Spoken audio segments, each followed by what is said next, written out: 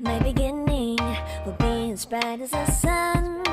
Come, won't you come along? Hello everyone! So once again, it's me, your nurse, Sarami FC. And for today's vlog, ang topic po natin is all about the difference between sildenafil and tadalafil.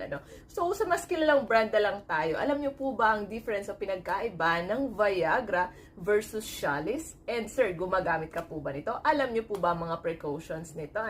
So if you do like my videos po mga madam and sir, just don't forget to please click like, share, and subscribe. Maraming salamat po! Okay po, so before we start po sa ating treatment, so papaano po ba nagkakaroon ng erection sa mga kalalakihan? So ang first component po ng tinatawag na erection ay arousal, mga madam and sir. Once ang isang lalaki ay nakakita, nakaamoy, nakarinig, nakahawak yan ng something, ang nangyayari po, na-arouse po sila. So definitely, magre-release po ang kanilang katawan ng nitric oxide. So ang nitric oxide po, mga madam and sir, para yung ignition, so parang kalan. Yun yung magi-start para magkaroon ng erection ang mga kalalakihan. So once na nag-release na po yan ng tinatawag na nitric oxide, definitely magre-release din po ang kanilang katawan ng chemical messenger na tinatawag na CGMP.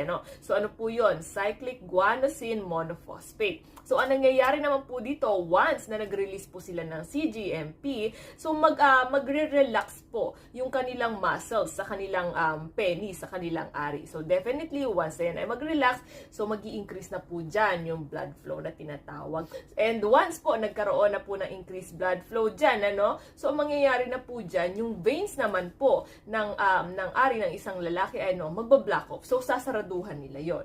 So ibig sabihin, once na na-block yon, yung blood flow na nakapasok doon, yun na po yung magiging way para magkaroon ng firm erection. So ano naman po yung ways on how to stop the erection? So there are 3 ways po, mga madam and sir. So number 1, yung nitric oxide po o yung stimulus ay nawawala na po. It goes away. So for example, si sir, na-arouse po siya pag nakakita po siya ng paa, ng kamay, ng leeg.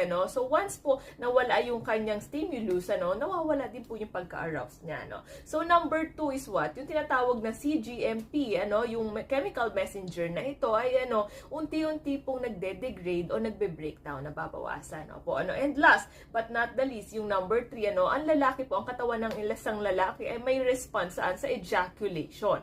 So ibig sabihin po nito, yung nervous system ng isang lalaki ay inuutusan niya na mag-contract po yung ari ng isang lalaki. So definitely, pag nag-contract po yan, ang gagawin niya, magpo-force out po yung blood po na pumunta dyan, lalabas po yung blood dyan, and then ang mangyayari po sa ari ng isang lalaki, magiging flaccid po. Yes po, ibig sabihin, magiging malambot na. So yung mga medications po, mga madam and sir, na pag-uusapan po natin, like for example, sildenafil, tadalafil, it blocks the breakdown po ng CGMP. Pinipigilan niya po ito mag-degrade. Kasi once po mag-start na yung breakdown ng CGMP, ang nangyayari po ay magiging flaccid na po yung ari ng isang lalaki. Hindi na po magiging firm yung erection. Tapos na po yung magiging erection. So before we go on to the difference between sildenafil and tadalafil, dito muna po tayo sa most common side effects nitong dalawang medications na ito, mga madam and sir. So number 1 is headache,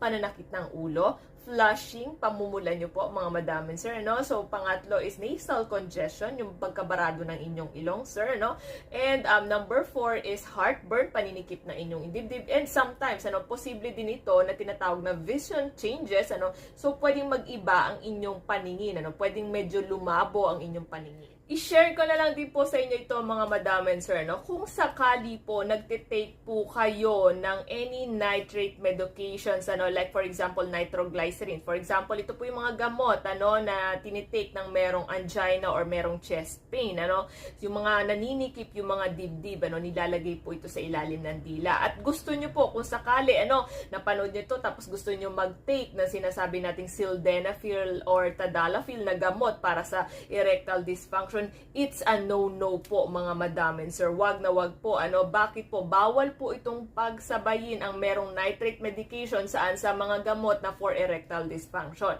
Bakit po mga madam and sir? Ano? Kasi posible pong magkaroon kayo ng sudden drop down ng inyong blood pressure at pwede nyo po itong ikamatay. So mas mainam pa rin po mga madam and sir na once na gusto nyo mag-take ng ganitong klaseng Viagra or Cialis, mas mainam pa rin po na pumunta tayo at kumonsulta muna po sa ating mga doktor. So share na din po natin ito mga madam and sir. No? There is a very rare side effect po na tinatawag nating priapism o po sa pag-take ng sildenafil and tadalafil. Pero it's very rare. So kung previous subscriber po kita mga madam and sir, alam nyo na po itong sinasabi nating priapism. Ito po yung nagkakaroon ng erections ang mga kalalakihan or pagtigas ng kanilang ari for more than 4 hours. So, ibig sabihin po, hindi maganda, inuulit ko, hindi po maganda na nagkakaroon ka po ng erection for more than 4 hours, mga madam and sir. Pwede pong madamage ang inyong mga tissues dyan sa inyong ari at posibleng maging cause ng irreversible damage po. Hindi na po pwede itong maayos. Pero usually po, mga madam and sir, sa pagkakaroon ng priapism, nangyayari po ito kapag overdose po ang paggamit ng sinasabing medication. Alam niyo po ba mga madam and sir kung saan nagsimula ang Viagra? So before po, ang sildenafil ay binibigay para to treat high blood pressure, yung mga matataas ang BP. Pero ang report ng mga pasyenteng nabigyan nitong sildenafil ay hindi pampababa ng BP. Ang nireport po nila ay nagkaroon po sila ng stronger erections.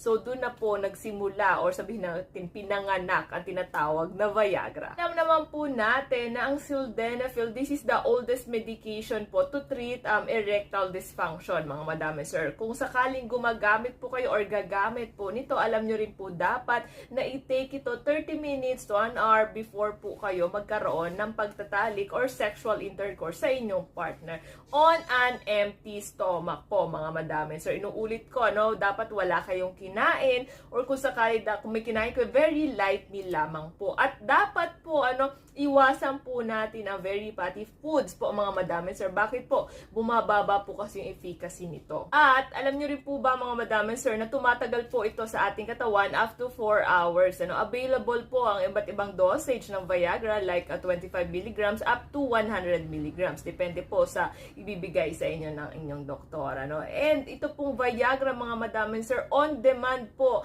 ang paggamit nito. Hindi po ito effective kung araw-araw nyo po ito gagamitin. Yes po. So, ibig sabihin po yung on demand, kung kailan lamang po kayo makikipagtalik, that's the time po na ikaw ay magte-take ng Viagra 30 minutes to an hour before po kayo makipagtalik. At kung sakali po na maranasan nyo itong side effect na blue-green discoloration or vision change nyo po, mga madam and sir, agaran pong i-stop ang inyong pag-inom ng Viagra and kailangan nyo na pong magpunta or magpakonsulta sa inyong doktor. Okay, so dito na tayo sa last part, which is yung tadalafil or mas kilala sa tawag na Cialis. More on selective phosphodiesterase po ito, mga madam. So ibig sabihin po, it inhibits the enzyme po that stops the erection.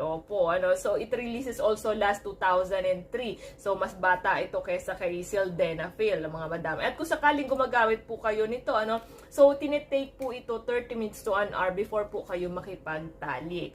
Kung kay Viagra, on an empty stomach, mas mataas po yung efficacy nito. So, kay tadalafil naman po, kahit meron kayong kinain o wala, effective naman po ito. So, available po ang different dosage nito from 5 mg up to 20 milligrams. Opo. So, pwede mo rin siya i-take 1 pill a day. So, ibig sabihin, every day, pwede mo siya i-take.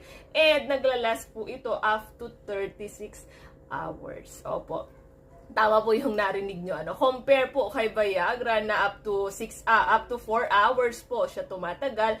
Kay Cialis, tumatagal po siya ng 36 hours. So, kung may plano po kayo na multiple intercourse, so hindi mo alam kung kailan, ngayon, bukas, so, tadalafil is the best for you po. So, mas mainam pa rin po na magpakonsulta po muna tayo sa doktor bago po gumamit ng any medications to treat erectile dysfunction. Okay, so for today's product, given by our own beauty and pleasure po. Ito po, mini love for him and for her. Opo, So, Ito po ay nakakatulong para mas matagal na pakikipagtalik sa inyo ni Mister at sa mga kababaihan para ma-reach na po yung tinatawag na orgasm or climax.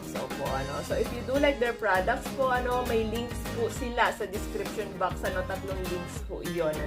So by the way, thank you so much po, Beauty and Pleasure, dito sa ating mini love for him and for her.